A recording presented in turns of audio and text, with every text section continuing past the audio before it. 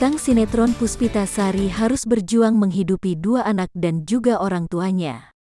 Walau berstatus janda selama 4 tahun, Puspita Sari mengaku tak mau menyerah dengan situasi dan kondisi. Sebab baginya, anak-anak dan orang tua tujuan utama banting tulang selama ini. Sehingga, Puspita menerima tawaran sinetron stripping yang bayarannya cukup besar diterima olehnya, dengan tujuan membahagiakan anak dan orang tua.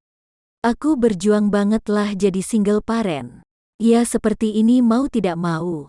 Harus berusahalah sebaik mungkin apapun itu yang penting halal buat anak dan keluarga, kata Puspita Sari kepada Arta Kota ketika ditemui di kawasan Jakarta, belum lama ini.